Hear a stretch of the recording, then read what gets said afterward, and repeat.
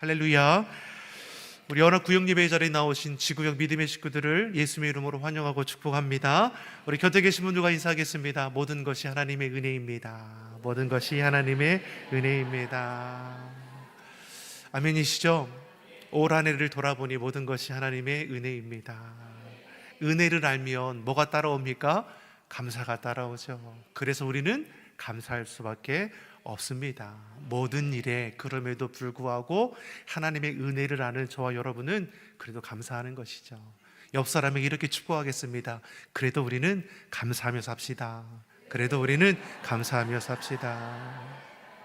아멘이시죠? 그럼에도 우리는 감사하며 살아가는 자들이죠. 하나님의 은혜를 아는 우리는 하나님께서 날마다 필요를 공급해 주셔서 감사가 끊이지 않게 합니다. 우리의 시선이 우리가 품는 것이 무엇이냐가 그래서 중요한 것이죠. 주의 마음으로 우리가 이웃을 바라볼 줄 아는 것이고 주의 은혜로 이 시대를 살아가는 것이죠. 그러면 삶의 모든 자리가 기쁨과 감사와 기도가 끊이지 않을 줄 믿습니다.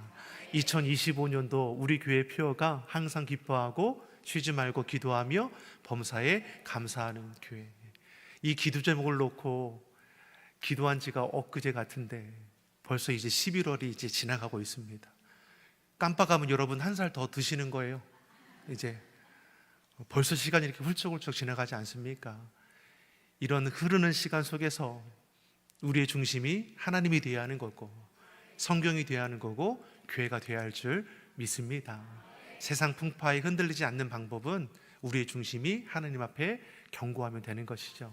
늘 깨어 기도하시고 늘 하나님 앞에 감사하시고 또 늘 그 쉬지 않고 기도함을 통해서 하나님의 온전하신 뜻을 이루어갈 수 있는 우리 모두가 되기를 예수님의 이름으로 축복합니다. 한 번 더 인사하겠습니다. 주님 안에서 사랑합니다. 주님 안에서 사랑합니다. 주님 안에서 사랑합니다. 누구 안에서요? 주님 안에서. 왜요? 우리는 주님 안에서 끝까지 사랑할 수 있습니다. 우리는 불완전하죠. 불완전합니다. 좋을 때는 좋지만 싫을 때는 싫은 거예요. 부부간에도 사랑해 여보, 뒤도만 돌아보면 내가 언제 사랑했냐라는 그런 표현처럼 날카로운 눈빛으로 쳐다볼 때 있지 않습니까? 다른 데서 찾을 거 없어요. 저도 그러더라고요. 여보 당신밖에 없어 라고 오늘 고백했잖아요. 내일은 감정이 상하면 당신밖에 없는 사람에게 제가 투덜대고 있는 모습을 보게 됩니다. 당신밖에 없다라고 고백했으면 어떤 상황에서도 이 사람은 정말 귀한 자예요. 그런데 우리의 감정이 휘둘리니까 어떻습니까? 그렇게 귀하다 고백하는 그 사랑의 대상도 불평과 원망의 대상이 될 수 있는 것이죠. 그래서 주님 안에서 사랑하는 것이 중요합니다. 미움도 원망도 불평도 우리가 주님 안에 거하면 다 바뀌어지는 것이죠. 주님 안에서 더 사랑하고 주님 안에서 더 아껴주고 주님 안에서 더 위해주는 우리 시온성 공동체가 되기를 예수님의 이름으로 축복합니다. 특별히 지역장 또 구역장 또 믿음의 식구들 여러분, 그런 마음으로 여러분에게 함께 협력하도록 세워준 믿음의 식구들을 그렇게 사랑으로 섬겨줄 수 있기를 간절히 소망합니다. 오늘 본문의 말씀이 기록될 당시를 보면은 이제 그리스도인들을 향한 종교적 또 정치적인 핍박과 박해가 극심할 때입니다. 힘겨운 박해로 인해서 이스라엘 그 믿는 자들이 터전을 떠날 수밖에 없는 형편에도 있었습니다. 그러니까 어떻습니까? 각지로 흩어지는 그리스도인들이 참으로 많았습니다. 근데 참 그 고난 속에 핍박 속에서 터전을 떠나서 흩어질 수밖에 없었지만 그 과정을 통해서도 하나님은 어떻습니까? 일하셨습니다. 사도행전 1장 8절에 뭐라고 우리에게 말씀하냐면 사도행전 1장 8절의 말씀을 같이 보겠습니다. 오직 성령이 너희에게 임하시면 너희가 권능을 받고 예루살렘과 온 유대와 사마리아와 땅끝까지 이르러 내 증인이 되리라. 아멘. 비록 핍박과 박해로 인해서 삶의 터전을 떠날 수밖에 없었지만 각지 가는 곳마다 어떠한 겁니까? 주의 사랑과 복음을 증거함을 통해서 하나님께서 저들에게 약속하셨던 그 말씀이 이루어지는 놀라운 역사를 이루어 가셨다라는 거죠. 그러한 저들을 야곱은 어떻습니까? 흩어진 그리스도인들, 저들을 누가 목양합니까? 오늘 본문을 기록한 야고보입니다. 저들에게 강조하는 한 가지였습니다. 무엇입니까? 온전하라. 예수님에도 구원받은 너희는 성숙한 그리스도인이 될 것을 거듭해서 말씀하는 거죠. 야고보서의 말씀을 보면 성숙한 그리스도인들의 모습이 어떠해야 하는지가 잘 기록되어 있습니다. 길지 않은 우리 성경이니까요, 여러분 삶의 자리에서 야고보서를 깊이 있게 묵상해 보시기 바랍니다. 1장의 말씀을 보면 성숙한 그리스도인들 참을 줄 안다라고 했습니다. 시험을 만나도 인내하며 이겨낼 뿐만 아니라 오히려 그 고난까지도 기뻐할 줄 안다라는 것이죠. 여러분 이해가 됩니까? 고난도 기뻐한다는 겁니다. 왜요? 고난까지도 하나님께서는 감사로 바꾸어 주실 수 있으시기 때문이죠. 그러니까 하나님의 은혜를 아니까 어떻습니까? 고난도 견뎌낼 뿐만 아니라 고난도 기뻐하며 마주한다는 것이죠. 반면에 성숙하지 못하면 어떻겠습니까? 참지 못하죠. 고난을 만나면 불평하고 원망이 먼저 나가게 될 것입니다. 이 고난의 문제를 만났을 때도 우리의 신앙의 성숙함이 어떠한지를 알 수 있는 것이죠. 2장에서 성숙한 그리스도인들은 무엇으로 나타납니까? 그 믿음이 행함으로 나타난다 말씀하죠. 말뿐인 믿음 아니라는 것이죠. 믿음이 행함으로 드러나게 됩니다. 반면에 성숙하지 못한 성도들은 어떻습니까? 소리만 요란한 것이죠. 이를 가리켜 죽은 믿음이라고 말씀하죠. 행함을 통해서도 우리 믿음이 드러나게 됩니다. 사랑하는 성도 여러분, 믿음은 우리 몸으로 하는 거죠. 우리 입으로 하는 거 아닙니다. 여러분의 몸으로 주님을 위해 헌신하는 삶이 되기를 예수님의 이름으로 축원합니다. 3장에서는 성숙한 그리스도인은 어떠한 자입니까? 혀를 절제한다라고 했습니다. 말을 함부로 하지 않는 것이죠. 말로써 누군가를 판단하고 정죄하지 않습니다. 반면에 성숙하지 못한 성도는 어떻습니까? 이 말로 상대를 판단하고 비방하고 정죄하기 일쑤입니다. 그로 인해서 어떻습니까? 공동체가 훼손이 되고 관계가 깨어지는 일들이 일어날 수 있다는 거죠. 그 사람의 언어 습관만 보더라도 그 사람의 성숙함을 알 수 있는 것이죠. 다시 말해 믿는 자들은 우리의 말, 우리의 행함을 책임질 수 있어야 하는 겁니다. 왜 그렇습니까? 우리의 말을 통해서, 우리의 행동을 통해서 우리의 믿음이 드러나기 때문입니다. 나 믿음 좋아, 백날 말할 필요 없다라는 것이죠. 우리 행동 하나면 우리의 믿음이 고스란히 드러나게 되는 것이죠. 여보 사랑해. 이게 아무런 힘이 있습니까? 말만 하면 그 사랑이 이루어지는 겁니까? 보여줘야 하는 거 아닙니까? 설거지도 좀 해주고, 아이고 말 잘해야겠다. 청소도 좀 도와주고, 아이고 저희 아내 뒤에서 이렇게 끄덕거리면서. 여러분 말뿐인 건 안 되죠. 아무런 힘이 없죠. 마음을 표현하는 것이 너무나 중요한 거 아니겠습니까? 이렇듯 야고보는 계속해서 성숙한 그리스도인으로서 행함을 우리에게 말씀합니다. 구원받은 하나님의 자녀가 성숙한 그리스도인으로서 그 신앙이, 믿음이 장성한 분량에까지 이르기를 바라는 것이죠. 어린아이와 같은 신앙의 모습에서 점차 그 믿음이 자라고 예수님을 닮아감으로 하나님을 기쁘시게 하는 성숙한 성도가 되기를 원함으로 기록된 서신이 이 야고보서입니다. 옆 사람이 이렇게 축복하겠습니다. 하나님을 기쁘시게 하는 성숙한 성도가 됩시다. 하나님을 기쁘시게 하는 성숙한 성도가 됩시다. 오늘날 한국교회 고민 중에 하나가 바로 이겁니다. 신앙의 연수는 길어지지만 저 사람이 정말 예수를 믿는 사람인지 아닌지 아리송한 사람들이 참 많습니다. 교회 안에서 보면 다 그리스도인들이지만 여러분 사회생활하는 거 여러분 밖에서 만나는 사람들 보십시오. 아리송한 사람들이 참 많지 않겠습니까? 예수님 믿는 증거가 삶으로 뚜렷하게 나타나고 입증되어야 하는데 그 삶으로 그 믿음과 신앙의 모습이 드러나지 않는다라는 것이죠. 이 말씀에 오해가 없어야 하는 것은 믿음은 제쳐두고 행함만을 강조하는 거냐? 그렇지 않습니다. 야고보는 믿음을 전제한 이후에 행함을 가리키는 것이죠. 스스로 믿음이 있다라고 여기는 성도에게, 믿음 가운데 잘 살아가기를 바라는 성도에게 주시는 말씀이 야고보서입니다. 믿음이 있다 하면서 행함이 없느냐? 경계하라는 것이죠. 앞서서 야고보서 4장 1절에서 10절의 말씀은 신앙 공동체 안에서 다툼, 싸움이 있다라고 했습니다. 왜 믿음의 공동체 안에 다툼과 싸움이 있느냐? 정욕, 욕심으로 인한 죄라는 것이죠. 욕심과 자신만이 옳다라는 교만이 믿음의 공동체를 깨뜨릴 수 있다라고 앞서 말씀하는 것이죠. 그래서 욕심, 교만함은 벗어버리고 겸손함으로 주의 말씀 앞에 나를 낮출 것을 말씀했습니다. 왜 야고보는 겸손을 입으라고 말씀합니까? 겸손이 하나님의 말씀 앞에 순종하도록 이끌어가기 때문입니다.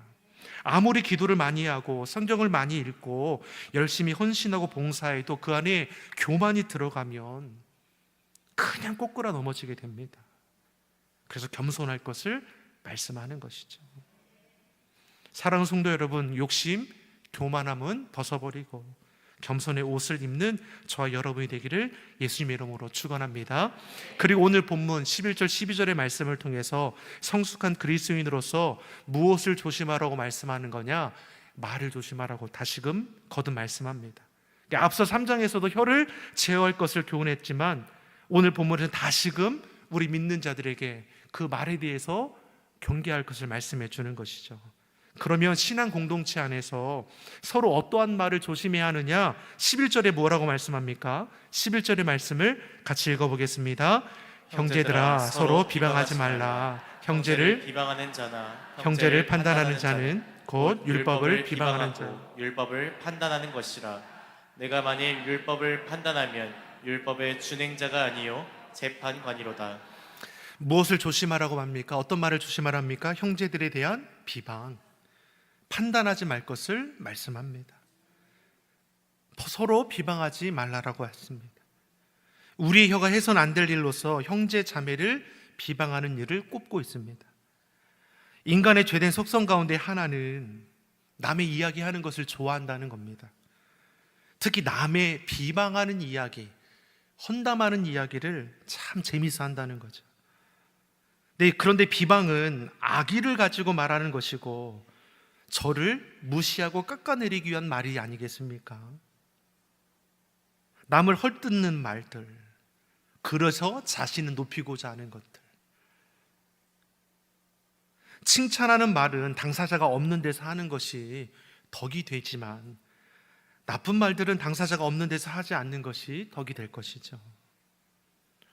오늘 본문에 말씀하는 것처럼 서로 간에 비방하지 않는 것이 성숙한 그리스도인의 한 자세라고 우리에게 말씀해 주고 있습니다. 악의를 가지고 남을 깎아내리거나 헐뜯는 말들은 듣지도 말아야 하고 하지도 말아야 할 것입니다. 우리 입술이 주의 은혜와 사랑을 전하는 입술이 되기를 원합니다. 야고보 3장에서 혀를 제어하라고 하면서 너의 그 한 입으로 어찌 하나님을 찬송하면서 이웃을 저주할 수 있느냐? 하나님을 찬양하며 하나님을 사랑한다 고백하는 그 입술을 가지고 어떻게 누군가를 비방하고 저주할 수 있느냐?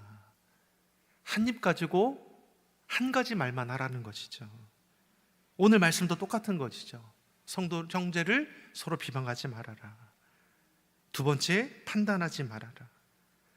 판단한다는 것은 무엇입니까? 스스로가 재판장이 되어서 심판하는 것을 가리키는 겁니다. 단죄하는 것이죠. 정확히 알지도 못하면서 마치 다 아는 것인 양 단정지어서 판단하는 것이죠.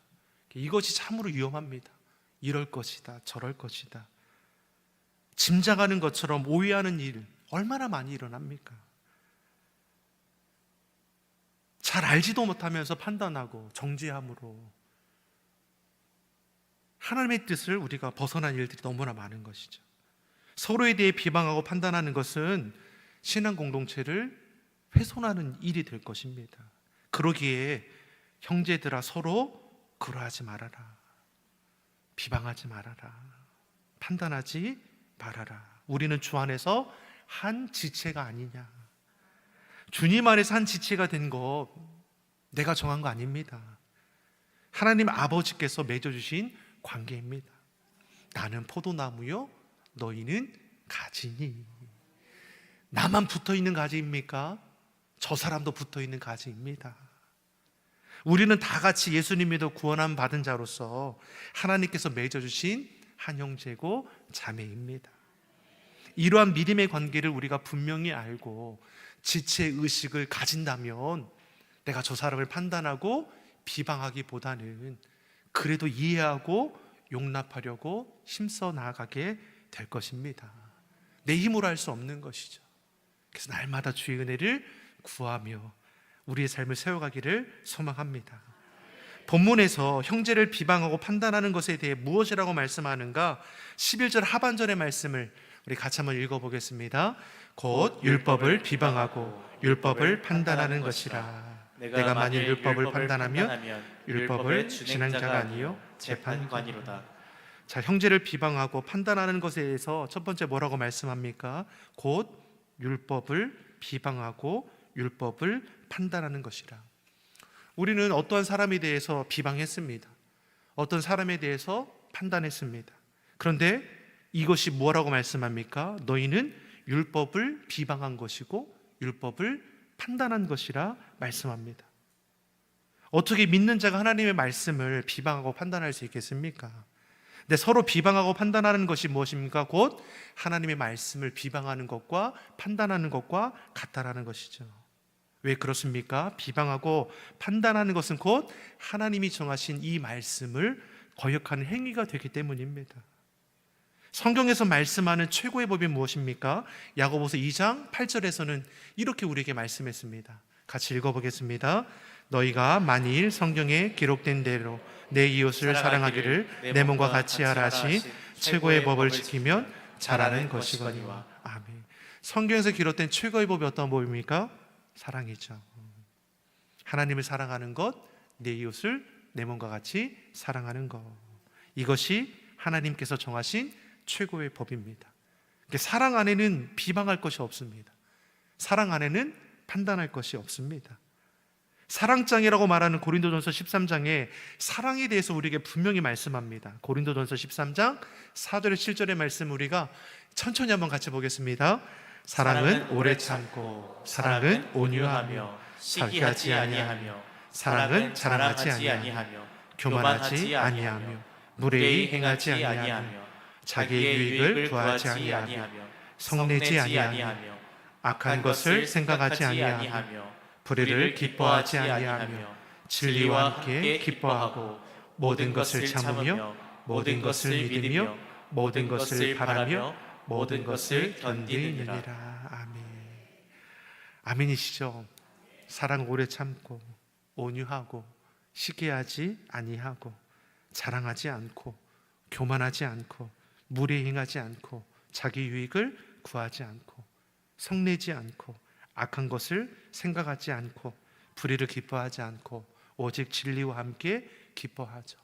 모든 것을 참고 모든 것을 믿으며 모든 것을 바라고 모든 것을 견디게 하는 것이 사랑이라 말씀합니다.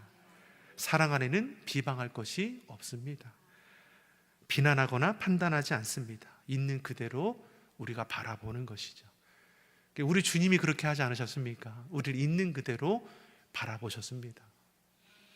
죄와 허물 많은 우리를 그 보혈의 피로 깨끗하게 씻겨주시고 우리를 자녀 삼아 주셨습니다. 하나님은 우리를 있는 그대로, 연약하면 연약한 대로, 부족하면 부족한 대로 그 품에 안아주시고 우리를 주의 은혜 가운데 새롭게 해주셨습니다. 그 은혜를 우리가 알기에 우리도 그 사랑으로 바라보려고 힘써 나가는 것이죠. 하나님의 사랑을 알면, 그 은혜를 내가 진정 깨닫는다면 그 마음으로 우리는 이웃을 바라볼 수 있게 될 줄 믿습니다. 누군가를 바라볼 때 싫은 소리가 나가고 이해가 되지 않고 참지 못하면 결국 우리 안에 사랑이 고갈되고 있는 거 아니겠습니까? 실수해도 이해가 되고 잘못해도 용서가 되는 것은 우리의 사랑의 마음이 충만할 때입니다. 내 마음이 넉넉하면 어떻습니까? 웬만한 거 다 이해가 됩니다.